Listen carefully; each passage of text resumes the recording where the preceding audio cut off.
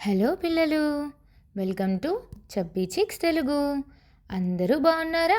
మరి ఈరోజు మనం వినబోయే కథ పేరు స్నేహం విలువలు. అనగనగా ఒక భాగ్యనగరం అనే ఊరు ఉండేది.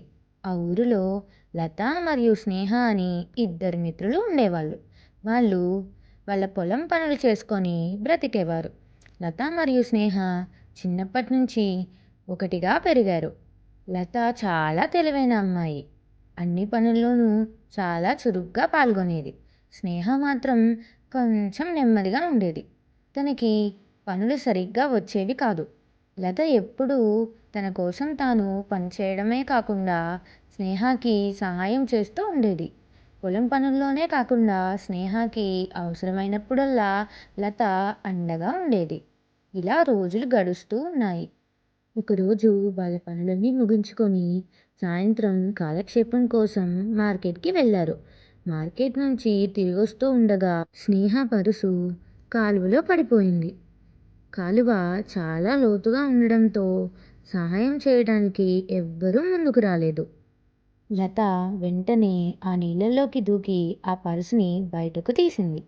ఇలా లత ఎప్పుడూ ఏదో ఒక విధంగా స్నేహకి తోడుగా ఉండేది. ఇలా చాలా ఏళ్ళు గడిచిపోయాయి. అది వానాకాలం. ఒకరోజు పెద్ద తుఫానుతో కూడిన వర్షం పడింది. ఆ వర్షం దాటికి లత ఉండే ఇంటి పైకప్పు కూలిపోయింది. మరుసటి రోజు ఉదయాన్నే లత సహాయం కోసం స్నేహ దగ్గరకు వెళ్ళింది. తన ఇంటి పైకప్పు కూలిపోయిందని, కొన్ని రోజులు నీతో పాటు ఉండొచ్చా అని అడిగింది. అప్పుడు స్నేహ, లేదు, మా ఇంట్లో ఖాళీ లేదు, వచ్చే వారం మా ఇంట్లో బంధువులు వస్తున్నారు అని చెప్పి తలుపులు మూసేసింది. స్నేహ మాటలు విన్న లత చాలా బాధపడింది. అలా బాధతో తిరిగి వెళుతూ ఉండగా గ్రామస్తులందరూ తన ఇంటి దగ్గరికి వెళ్ళడం గమనించింది.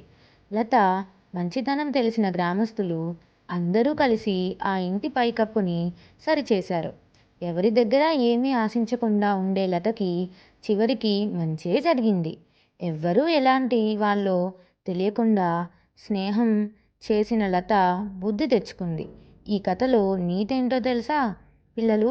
స్నేహం అనేది కేవలం ఒకవైపే ఉండేది కాదు. నిజమైన మిత్రుడు మాటల్లోనే కాదు, మనతో ఎప్పుడూ తోడుగా నడుస్తాడు.